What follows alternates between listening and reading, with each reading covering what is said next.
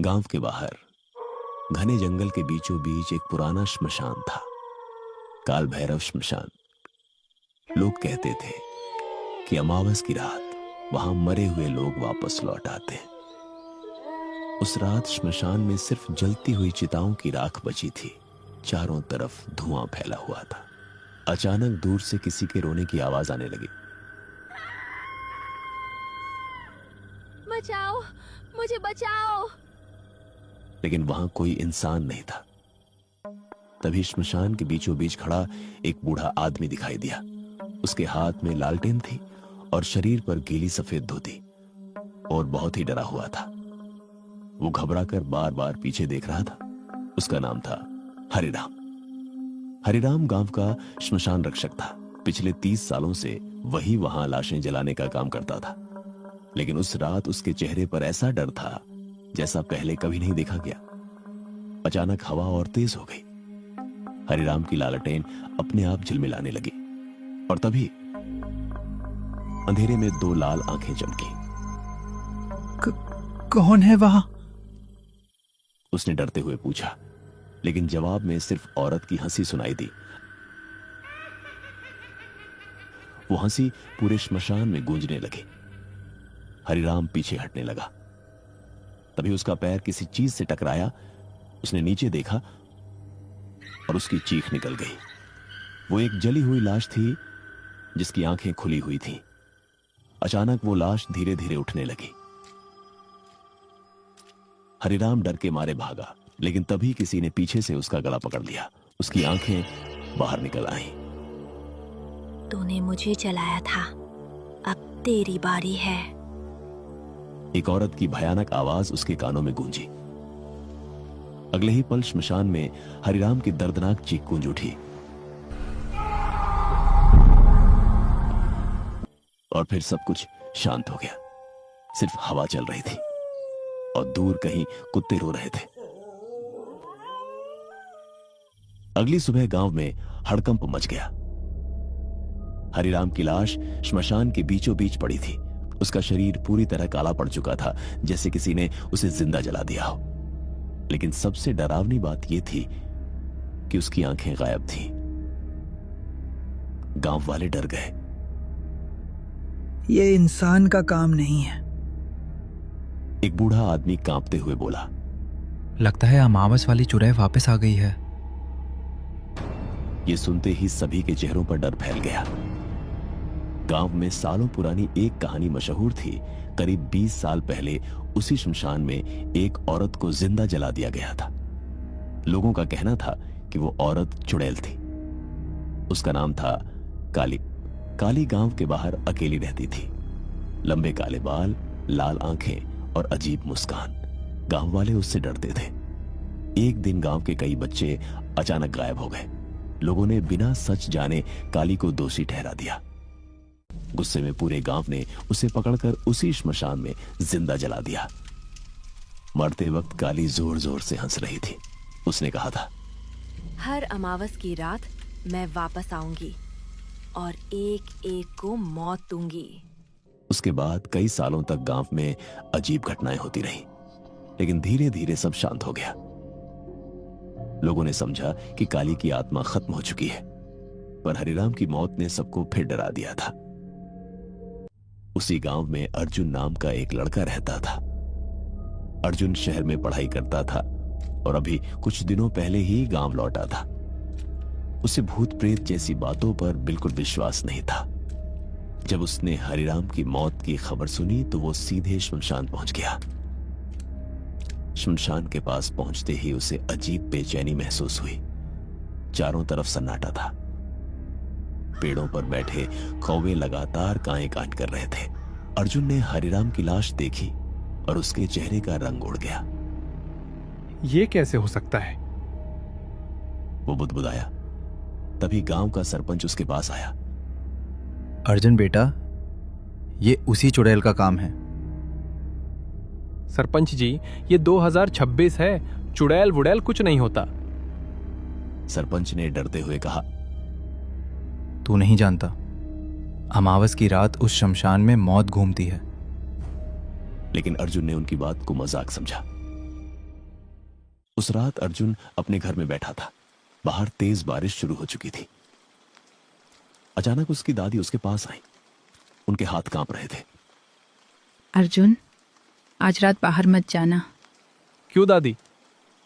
दादी ने डरते हुए कहा। आज पहली अमावस है और काली की आत्मा किसी को भी उठा सकती है। दादी, ये सब अंधविश्वास है। लेकिन तभी घर की सारी लाइट अचानक बंद हो गई। पूरा घर अंधेरे में डूब गया और उसी वक्त बाहर से किसी औरत के रोने की आवाज आने लगी। मुझे बचा लो, मेरी मदद करो। अर्जुन का दिल जोर से धड़कने लगा। दादी घबराकर राम राम जपने लगी। अर्जुन खिड़की के पास गया और बाहर देखने लगा। बारिश के बीच उसे सड़क पर सफेद साड़ी पहने एक औरत दिखाई दी। उसके लंबे बाल उसके चेहरे पर फैले हुए थे। वो धीरे धीरे अर्जुन के घर की तरफ बढ़ रही थी। अर्जुन ने ध्यान से देखा। उस औरत के पैर उल्टे थे। उसका गला सूख गया। अचानक वो औरत रुक गई। धीरे धीरे उसने अपना चेहरा ऊपर उठाया। उसकी आंखें पूरी तरह लाल थीं और होठों पर डरावनी मुस्कान। अर्जुन, उसने बहुत धीमी आवाज में उसका नाम लिया। अर्जुन पीछे हट गया। ये कैसे हो सकता है? तभी वो औरत अचानक गायब हो गई। तेज हवा अंदर आने लगी और कमरे की दीवार पर खून से एक लाइन लिखी दिखाई दी, शमशान में आओ। अर्जुन का शरीर कांप उठा। दादी डर के मारे बेहोश हो गई। अर्जुन ने तुरंत दरवाजा बंद किया, लेकिन तभी उसे अपने कान के पास किसी की सांस महसूस हुई, बहुत ठंडी सांस। उसने धीरे धीरे पीछे मुड़कर देखा और उसकी चीख निकल गई। वो सफेद साड़ी वाली औरत ठीक उसके पीछे खड़ी थी। उसकी आंखों से खून बह रहा था और उसके हाथ में जली हुई गुड़िया थी। औरत मुस्कुराई। अर्जुन, अब तेरी बारी है। अचानक पूरे घर में जोर जोर से औरत की हंसी गूंजने लगी।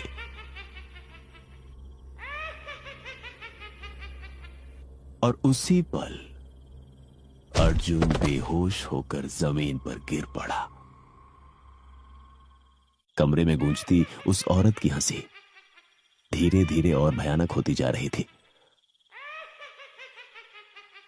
फिर अचानक सब शांत हो गया। सुबह की हल्की रोशनी खिड़की से कमरे में आ रही थी। अर्जुन ने धीरे धीरे आंखें खोली। उसका सिर जोर से दर्द कर रहा था। वो घबरा कर उठ बैठा। कमरे में अब कोई नहीं था। दीवार पर लिखा खून भी गायब हो चुका था, लेकिन जमीन पर वही जली हुई गुड़िया पड़ी थी। अर्जुन के हाथ कांपने लगे। तो वो सपना नहीं था। तभी उसकी दादी कमरे में आई। उनके चेहरे पर डर साफ दिखाई दे रहा था।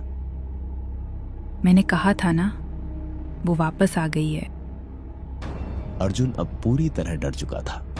पहली बार उसे एहसास हुआ कि गांव वाले झूठ नहीं बोल रहे थे, लेकिन उसके मन में एक सवाल बार बार घूम रहा था। काली आखिर मुझे क्यों बुला रही है? उसी समय बाहर गांव में शोर मचने लगा। तालाब के पास एक और मौत हो गई है। अर्जुन और उसकी दादी तुरंत बाहर भागे। गांव वाले तालाब के पास जमा थे। भीड़ के बीच एक आदमी की लाश पड़ी थी। वो गांव का पुजारी था। उसकी आंखें खुली हुई थीं और चेहरा डर से टेढ़ा हो चुका था। उसके गले पर जलने के निशान थे। लोग कांप उठे। काली हम सबको मारेगी। अमावस खत्म होने से पहले गांव खत्म हो जाएगा। अर्जुन ने पुजारी की मुट्ठी में कुछ दबा हुआ देखा। उसने धीरे से उसका हाथ खोला। उसके अंदर एक पुरानी चांदी की पायल थी। अर्जुन को अचानक याद आया, कल रात उस चुड़ैल के पैरों में भी ऐसी ही पायल थी। तभी गांव का बूढ़ा आदमी रामू काका आगे आया। उसकी आंखों में डर था। अब सच बताने का समय आ गया है। सभी लोग उसकी तरफ देखने लगे। रामू काका कांपती आवाज में बोले, 20 साल पहले काली चुड़ैल नहीं थी। क्या मतलब? रामू काका की आंखों में आंसू आ गए। काली एक साधारण औरत थी। उसका एक छोटा बच्चा था। गांव के कुछ लालची लोगों ने उसकी जमीन हड़पने के लिए उसे चुड़ैल घोषित कर दिया और उन लोगों में हरिराम, पुजारी और गांव का पुराना सरपंच शामिल था। भीड़ में सन्नाटा छा गया। उन्होंने गांव वालों को भड़काया और काली को शमशान में जिंदा जला दिया। अर्जुन का दिल जोर से धड़कने लगा। इसका मतलब काली बदला ले रही है। रामू काका ने सिर झुका लिया। मरने से पहले काली रो रही थी। वो बार बार कह रही थी कि उसने कोई बच्चों को नहीं मारा। तभी अचानक आसमान में जोरदार बिजली चमकी, हवा तेज हो गई। श्मशान की दिशा से फिर वही औरत की हंसी सुनाई दी।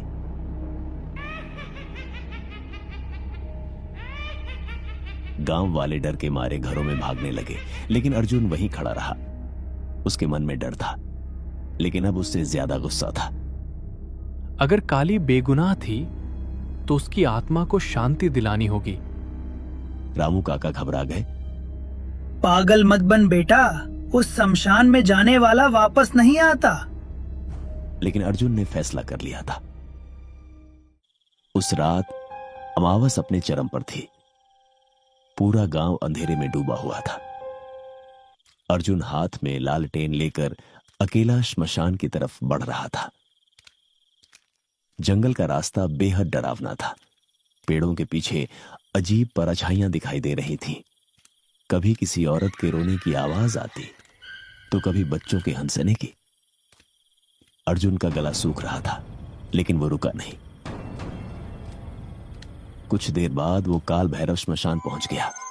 श्मशान पहले से भी ज्यादा डरावना लग रहा था। चारों तरफ राख उड़ रही थी। जली हुई लकड़ियों से धुआं निकल रहा था। तभी अचानक उसकी लालटेन बुझ गई।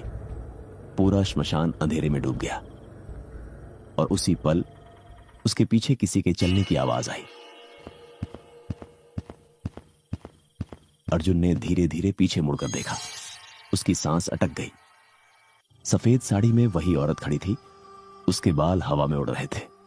आंखों से खून बह रहा था और शरीर आधा जला हुआ था। वो काली थी। अर्जुन कांप उठा, लेकिन उसने हिम्मत करके कहा, मैं सच जानता हूं, तुम्हारे साथ गलत हुआ था। काली की आंखें अचानक बदल गईं। कुछ पल के लिए उसका चेहरा शांत हो गया, लेकिन तभी उसका चेहरा फिर डरावना बन गया। उन्होंने मुझे जिंदा जलाया। उसकी आवाज पूरे श्मशान में गूंज उठी। अचानक जमीन कांपने लगी।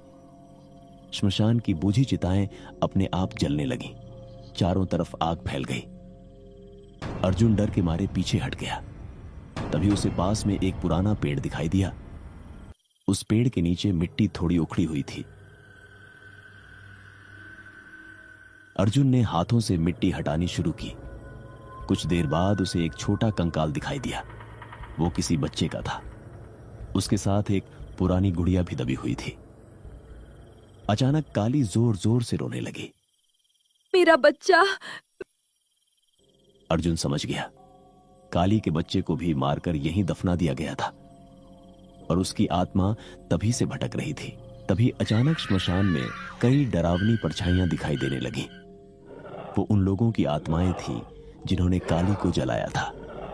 उनमें हरिराम और पुजारी भी थे। उनके चेहरे जले हुए थे।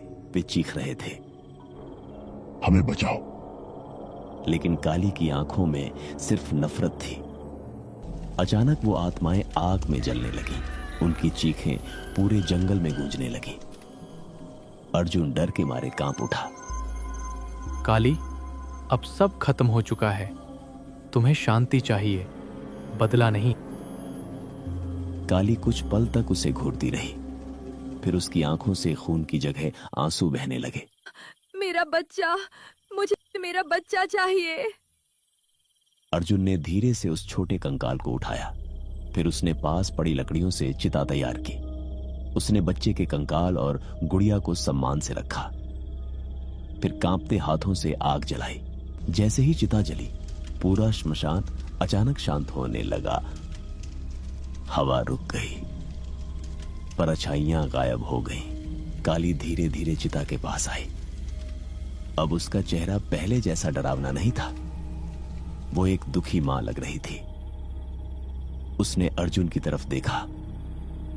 धन्यवाद। उसकी आवाज अब बहुत धीमी और शांत थी। अर्जुन की आंखें नम हो गईं। अचानक काली का शरीर धीरे धीरे राख में बदलने लगा।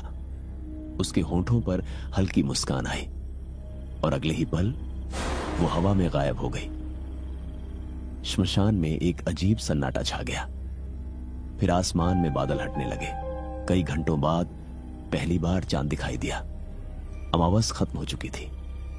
अगली सुबह गांव वाले श्मशान पहुंचे।